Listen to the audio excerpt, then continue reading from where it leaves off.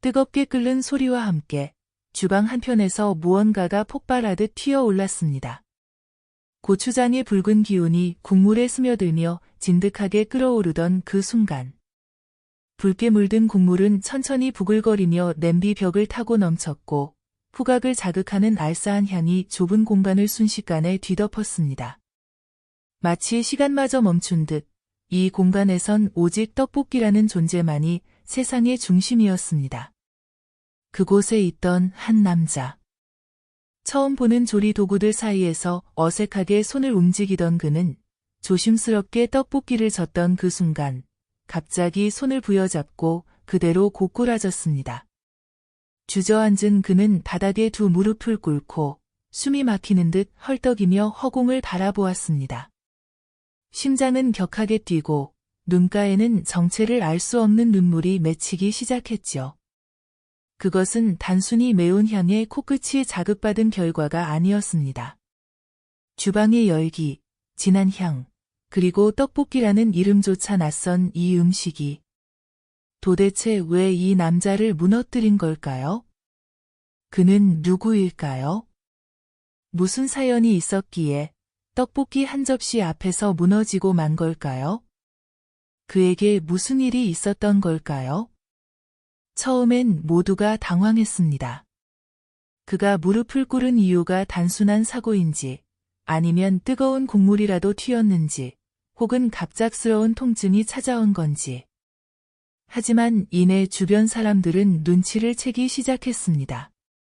그것은 통증이나 놀람 때문이 아니었습니다. 그의 눈빛 속에는 고통이 아닌 그리움이 있었기 때문입니다. 아득히 먼 곳을 바라보는 듯한 눈빛, 떨리는 입술, 흐르다 멈춘 눈물. 그는 무언가를 보고 있었고 무언가를 느끼고 있었습니다.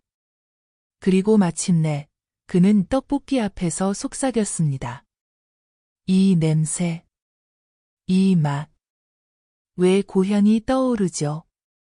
단 한 입 뜨겁고 매콤한 그 한 입에 그는 자신이 떠나온 고향의 기억을 통째로 떠올렸습니다. 눈을 감은 채 그는 그 순간으로 돌아가 있었습니다. 눈 덮인 고향 마을, 코끝을 스치는 아침의 냉기, 그리고 가슴을 데우던 어머니의 수프. 단 한 접시의 한국 분식, 그것도 떡볶이 하나가 그를 시간과 공간을 넘어 고향의 품으로 이끌고 있었던 것입니다. 그는 외국인이었습니다. 한국에 온 지 얼마 되지 않은 교환 근로자였고 언어도 문화도 낯설어 늘 긴장 속에서 하루하루를 버티고 있었던 사람이었습니다. 그러던 어느 날 우연히 골목 어귀의 작은 분식집 앞을 지나며 풍겨온 떡볶이 냄새에 발걸음을 멈췄고 그렇게 그는 이 낯선 땅에서 처음으로 따뜻함을 느꼈던 것입니다. 이 장면을 지켜보던 분식집 아주머니는 아무 말 없이 그에게 물 한 잔을 내밀었습니다. 그리고 조심스럽게 말했습니다. 이건 그냥 음식이 아니에요. 마음이에요.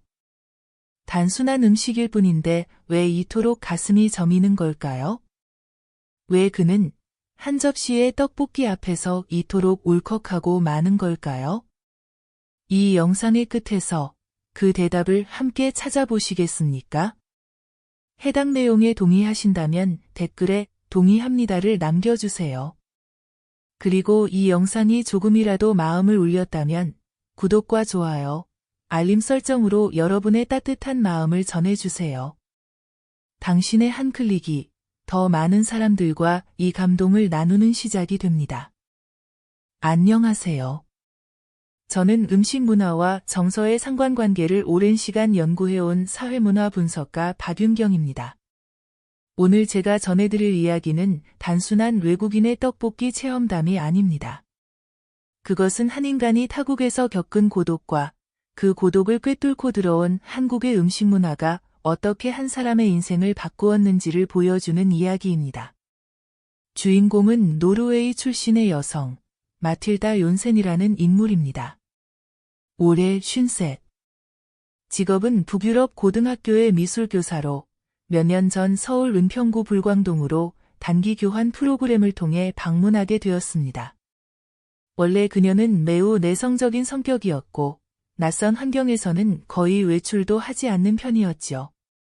하지만 어느 날 학교 근처의 분식집 앞을 우연히 지나던 중 풍겨온 향 하나가 그녀의 걸음을 멈춰 세웠습니다. 맵고 달콤하면서도 깊은 감칠맛이 나는 그 냄새는 마치 어린 시절 겨울 시장에서 어머니가 사주던 따끈한 고기국 냄새와 너무도 비슷했다고 그녀는 이야기합니다. 그 냄새 하나가 수십 년 전 고향에서의 기억을 통째로 끌어올렸다는 거죠. 그날 마틸다는 조심스럽게 가게 안으로 들어가 분홍 앞치마를 두른 아주머니에게 무언가를 가리키며 손짓으로 떡볶이를 주문했습니다.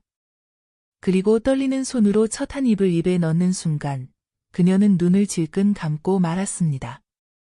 그것은 단순한 매운맛이나 달콤함 때문이 아니었습니다. 떡의 쫄깃함, 고추장의 깊은 풍미, 어묵이 품은 육수의 따뜻함까지. 이 모든 것이 복합적으로 어우러진 그 순간 그녀는 말합니다. 내 고향이 떠올랐고 동시에 나는 이곳이 고향이 될 수도 있겠다는 생각이 들었다. 고요. 이 경험이 단지 감성적인 공감에서 끝났다면 이야기는 여기서 멈췄을지도 모릅니다. 하지만 마틸다는 그날 이후 완전히 달라졌습니다. 매일같이 동네 분식집을 방문했고 떡볶이 만드는 법을 배우기 위해 아예 분식집에서 아르바이트를 자청했습니다. 한 달 뒤 그녀는 어눌한 발음으로 가래떡은 오래 익히면 안 돼요. 쫄깃함이 사라져요. 라고 말하며 동네 손님들에게 떡볶이를 권할 정도가 되었습니다. 여기서 우리가 정말 주목해야 할 것은 이 떡볶이라는 음식이 단지 매운맛이나 간식 이상의 의미를 지닌다는 점입니다. 이 음식은 단순히 배고픔을 달래는 조리된 한 접시가 아닙니다. 그것은 정서적 안정감을 주는 위안이자 사람과 사람 사이의 소통을 이어주는 다리이며 무엇보다 한국인만의 정체성과 자긍심이 오롯이 담긴 문화의 상징입니다. 떡볶이는 단순히 밀떡과 고추장, 어묵을 섞어 끓인 음식이 아닙니다. 그 속에는 한국인의 삶이, 공동체 정신이, 그리고 따뜻한 마음이 녹아 있습니다. 누군가를 먼저 챙기고 함께 먹고 나누는 식탁 문화. 떡볶이는 그러한 삶의 방식이 고스란히 투영된 결과물입니다. 그래서 이 한 접시가 바로 대한민국 그 자체라고 말할 수 있는 겁니다. 외국인들이 가장 크게 놀라는 것도 바로 이 부분입니다. 그들은 처음엔 단순히 맵고 독특한 음식이라 생각하지만 그 한 접시를 통해 느껴지는 다정함, 배려, 따뜻함, 그리고 묘하게 울컥하게 만드는 정서적 깊이에 감탄합니다. 누구도 소외되지 않는 한국의 거리 음식 문화, 언제 어디서든 허기진 이에게 먼저 다가가는 친근한 손길. 그것이 바로 떡볶이라는 음식이 전하는 메시지이자 한국 사회의 정서적 밀도와 포용력을 체감하게 하는 통로입니다. 실제로 마틸다도 그랬습니다. 그녀는 서울에서의 몇 달을 보내고 고국으로 돌아간 후에도 떡볶이와의 인연을 끊지 못했습니다. 매주 토요일이면 거실에서 떡볶이 파티를 열고 친구들을 초대해 이건 단순한 음식이 아니야. 이건 한국이라는 나라의 마음이야. 라고 말하며 직접 양념을 만들었습니다. 그녀의 주방에는 고추장 대신 한국이라는 이름이 붙은 한 병이 놓여 있었고 친구들은 떡볶이를 먹으며 처음 느껴보는 뜨거운 정서를 경험했다고 말했습니다. 그녀는 떡볶이로 한국을 기억했고 그 향과 맛으로 한국과 연결되어 있었습니다. 떡볶이는 그녀에게 단순한 음식이 아니라 낯선 땅에서 경험한 가장 사람다운 순간이었던 것입니다. 여기서 다시 한번 생각해 보게 됩니다. 왜 하필 그 많고 많은 한국 음식 중에서 떡볶이였을까요? 그 이유는 이 음식이 지닌 독특한 철학에 있습니다.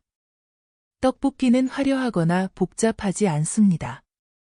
오히려 너무도 단순한 재료와 조리 방식으로 만들어지지만 그 안에는 강렬한 맛과 깊은 여운이 공존합니다. 고추장의 매운맛, 설탕의 단맛, 간장의 짠맛, 그리고 육수의 감칠맛.